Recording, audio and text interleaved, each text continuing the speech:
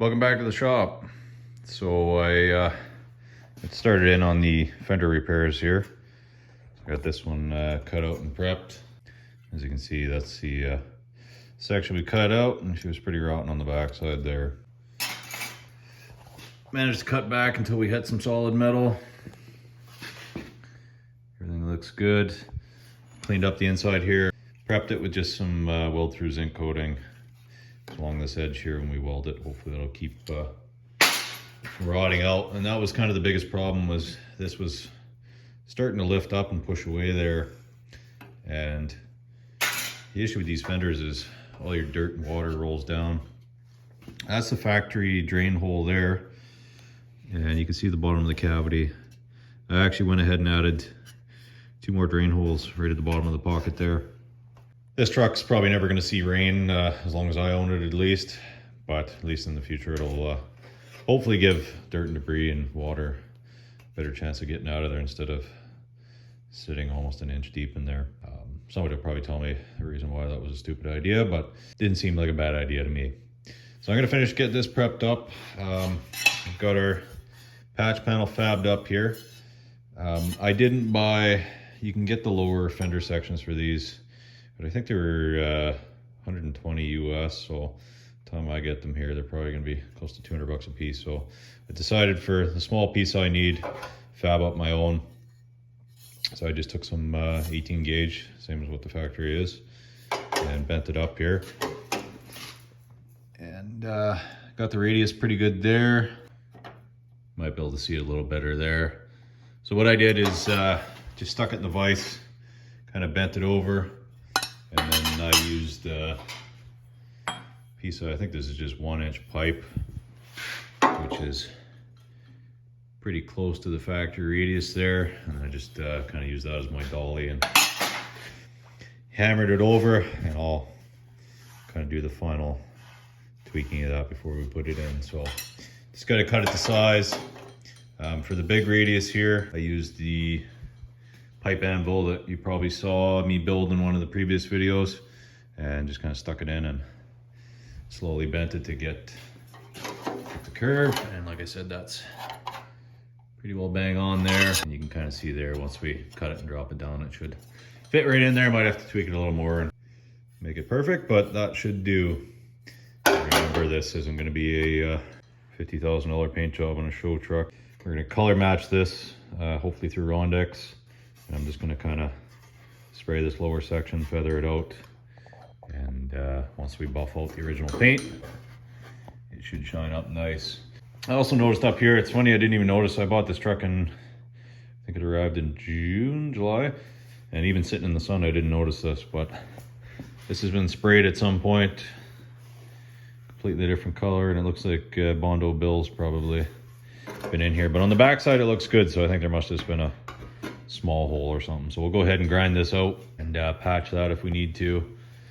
And then I've got one more spot up on top here that's kind of the same deal as that lower. There's 2 layers here, and water's gotten in between and it's pushing it out. So I'm just going to cut this little section out and down, and we'll bend up a piece in the brake, cut that out, weld a new section in, and this fender will be good to go. Once that one's done, we'll go ahead and tackle the driver's side here. The inner structure there has got a bit of a rot, so we're gonna have to fab up a new section for the backside and then do the same. We'll cut out the good edge there. And this one's actually quite bad down to the bottom, so I may end up having to come right around on that one, but we'll get that one fixed up. All right, so I just roughly got that fit in there. Just gotta do my final grinding. Just sneak up on it a bit. But you don't want to end up with a big gaping gap, so I like to cut them tight and then just take the 80 grit flap disc and sneak up on it until you get it fitting just right. But I'll get the rest of that tweaked tomorrow. Like I said, we'll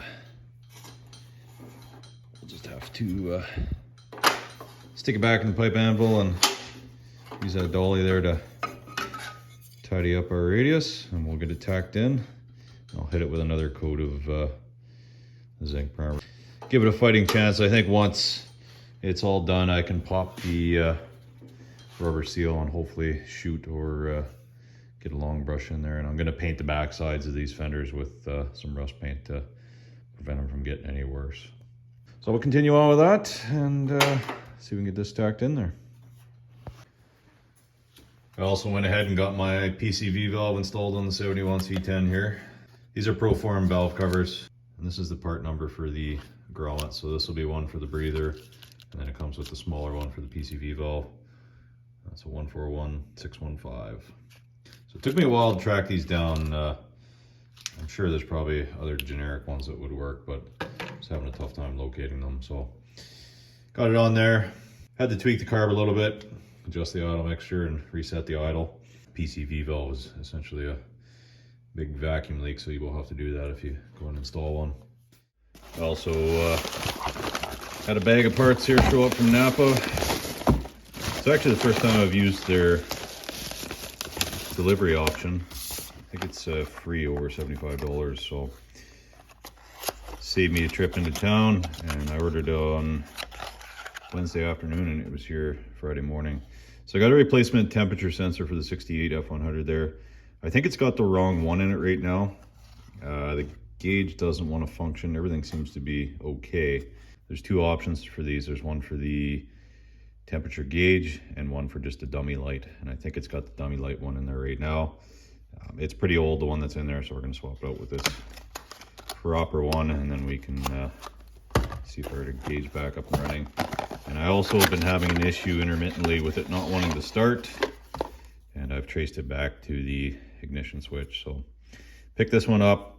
Hopefully this should be the right one. There's two styles for the 68 depending on your serial number, and based on mine this is supposed to be the proper one. So probably go out and stick that in there today.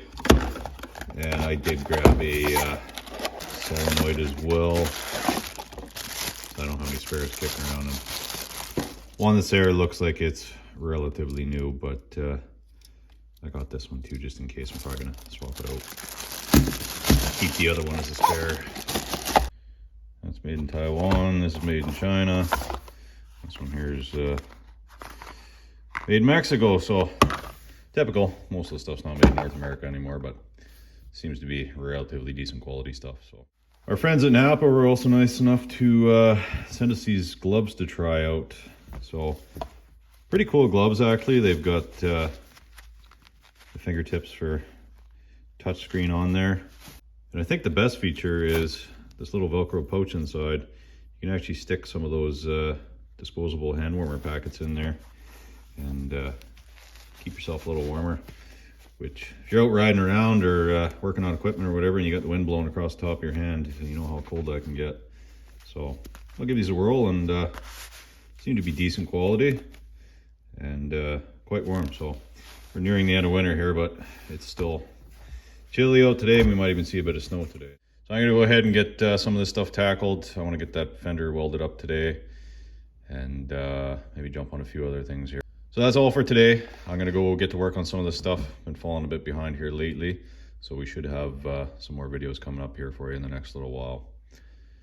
We've picked up a few new subscribers in the last little while, so thanks for your support. Be sure to give our videos a thumbs up so that we know you're out there watching. So as always, thanks for watching. We'll see you next time.